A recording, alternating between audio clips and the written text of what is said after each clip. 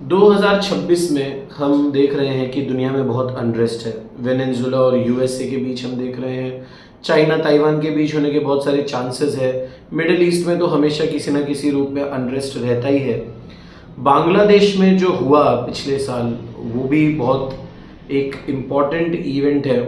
अफ़गानिस्तान में जो 2 साल पहले हुआ, या जो हम श्रीलंका में हुआ। अब भारत का क्या है, भारत का क्या होगा? तो भारत को समझने के लिए और भारत किस दिशा में जा रहा है ये समझने के लिए और आगे की चीज़ें डिसाइड करने के लिए हमें भारत को समझना पड़ेगा, भारत की राजनीति को समझना पड़ेगा, भारत के इतिहास को समझना पड़ेगा। और मैं ये जिम्मेदारी लेता हूँ कि जो भी हमारे जेन ज़ी हैं, जेन अल्फ़ा हैं, उनको मैं भारत का इतिहास, भारत की राजनीति, भारत के बारे में समझाऊँ। अच्छा, वैसे मुझे लोग कहते हैं कि मैं राइट विंगर हूँ। हो सकता है, लोगों का ऐसा कहना, मैं ऐसा नहीं मानता, मैं अपने आप को न्यूट्रल मानता हूँ। तो जो भी इतिहास में बताऊँगा, मैं कोई हिस्टोरियन नहीं हूँ, मैं बस एक हिस्ट्री का, राजनीति का एंथुजियास्ट हूँ। बचपन से चीज़ों को फॉलो करते आया हूँ। जो मैंने देखा है, जो मैंने समझा है, जो मैंने जाना है, वही मैं आपको बताऊँगा। भारत के इतिहास को समझने के लिए हमको, वैसे तो भारत का इतिहास बहुत पुराना है, मुझे लगता है 5-7 हज़ार का तो नॉन इतिहास है, उसके पहले का भी कभी ना कभी तो पता चल ही जाएगा। हम बात करेंगे 1857 से, क्योंकि 1857 के बाद जो हुआ उसने मॉडर्न भारत की फाउंडेशन को रखा। तो 1857 में जो पहली आज़ादी की लड़ाई हुई थी, जिसमें कहीं पे मंगल पांडे लड़ रहे थे, कहीं पे झांसी की रानी लक्ष्मीबाई लड़ रही थी, कहीं पे तात्या तोपे लड़ रहे थे, इसने अंग्रेज़ों को जड़ से हिला दिया। और वैसे तो अब इसे सक्सेसफुल माना जाए इस रिवोल्ट को या ना माना जाए, ये अपना अपना पर्सपेक्टिव है, लेकिन कुछ बहुत अच्छी चीज़ें हुई उस रिवोल्ट से। सबसे पहले तो जो ईस्ट इंडिया कंपनी है उसका शासन हटकर भारत सीधा सीधा ब्रिटिशर्स के क्राउन के अंडर आ गया। और दूसरी चीज़, बेसिकली जो हमारे जो अंग्रेज थे, उनको उनके मन में खौफ बैठ गया कि भारतीय जो है वो रिवोल्ट कर सकते हो और वो रिवोल्ट इतना आक्रामक हो सकता है। हालांकि वो रिवोल्ट से हमें पूरी आज़ादी नहीं मिली, उसके अपने कारण है, क्योंकि वहाँ पे कम्युनिकेशन नहीं था, कोई सेंट्रलाइज्ड अथॉरिटी नहीं थी जिसके अंडर सब एक साथ फाइट करते हैं, कोई प्रॉपर रणनीति नहीं थी, सब कुछ बस प्री प्लान नहीं था। और अंग्रेज़ों ने भी बहुत फ़ायदा उठाया, क्योंकि कहीं कहीं पे क्रांतिकारी जो थे, क्योंकि ये एक वायलेंट था, ठीक है, ये वायलेंट अपराइज था, तो कहीं कहीं पे उन्होंने क्रांतिकारियों की चीज़ों को बहुत बड़ा चढ़ा के बोल के लोगों को उनसे तोड़ा। ये बहुत सारी चीज़ें हुई। लेकिन 1857 के बाद जो हुआ वो बहुत इंपॉर्टेंट है कि अंग्रेज डर गए।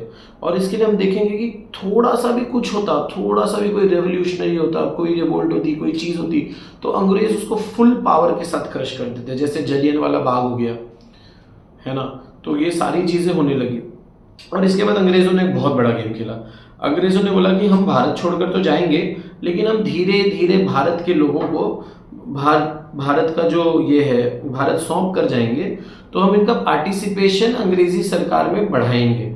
ऐसा उन्होंने बोला, पर ऐसा बोलकर उन्होंने सिर्फ जो उनके चाटुकार थे, जो उनकी चापलूसी करते थे, ऐसे लोगों को ही अपने सरकार में जगह दी, ऐसे लोगों को उन्होंने बढ़ावा दिया।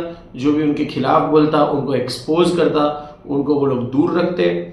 और एक लंबी लड़ाई 1857 के बाद भी, 1857 का जो स्ट्रगल था उसके बाद भी हमारे क्रांतिकारियों ने लड़ी, हमारे जो राजनेता थे उन्होंने भी लड़ी, दोनों ने अपने अपने तरीके से लड़ी। ये दोनों कैंची की दो धार की तरह, एक यहाँ से काटता तो एक वहाँ से काटता, दोनों ने अपने अपने तरीके से ये लड़ाई लड़ी।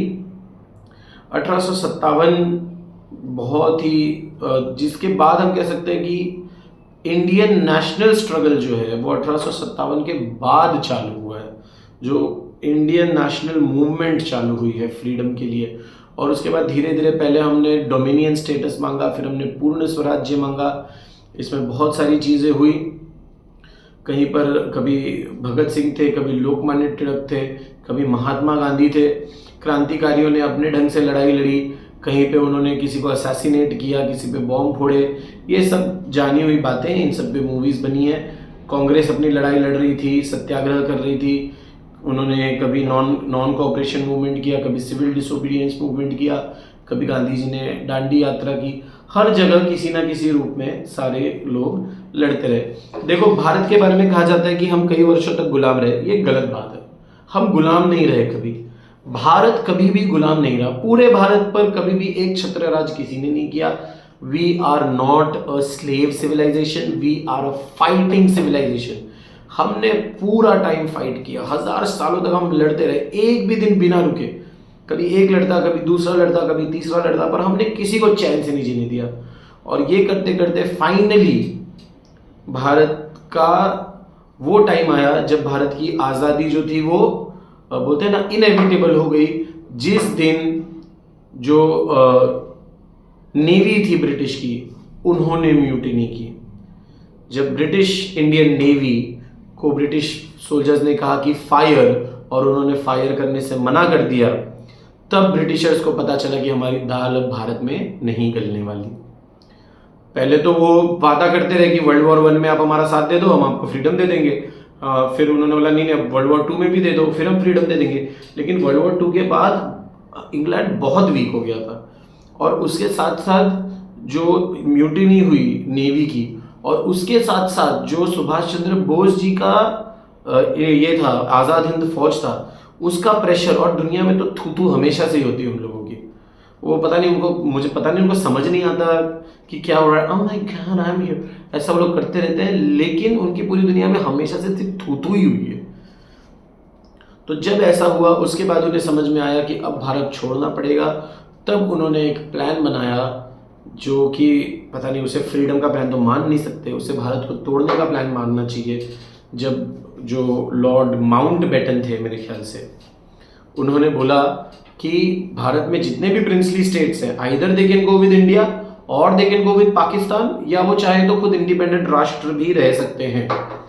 और साथ साथ उन्होंने ये भी बोला कि भारतीय अपना खुद का संविधान बनाए, उसके बाद हम भारत को सौंपेंगे। तो वो संविधान बनाया गया, बहुत ही भारी दिल के साथ, दिल पे पत्थर रखकर भारत और पाकिस्तान का बंटवारा हमने एक्सेप्ट किया। उसमें लाखों जाने गई, उसमें तो बहुत ही नुकसान हुआ, वो अपने आप एक अलग कहानी है। और फिर जो मॉडर्न भारत है, और 3 जो रियासतें हैं जिनका सभी को पता है कि जम्मू कश्मीर और जूनागढ़ और हैदराबाद, तो ये 3 समस्या में थी। जूनागढ़ और हैदराबाद को सरदार वल्लभ भाई पटेल जी ने भारत में किया, एक शामिल करवाया, और जम्मू कश्मीर नेहरू जी के पास उसका मसला था, वो काफ़ी दिन तक वो मसला ही बना रहा, वो भी एक डिफरेंट स्टोरी है। बट ये सब होने के बाद भारत का जो फाइनल प्लान है वो ले डाउन हुआ। अब ये सब बैकड्रॉप मैंने आपको क्यों बताया, क्योंकि कहीं ना कहीं हमारा जो कॉन्स्टिट्यूशन है, हमारी जो राजनीति है, वो अंग्रेज़ों से प्रेरित है। क्योंकि कॉन्स्टिट्यूशन हमारे यहाँ जो भी नेता थे, महात्मा गांधी, पंडित जवाहरलाल नेहरू, ये सब बैरिस्टर्स थे, लॉयर्स थे, ये सब विदेशों से पढ़कर आए थे। ये बात बहुत इंपॉर्टेंट है, ये मैं क्योंकि इसका रिफ्लेक्शन देखने को मिलता है।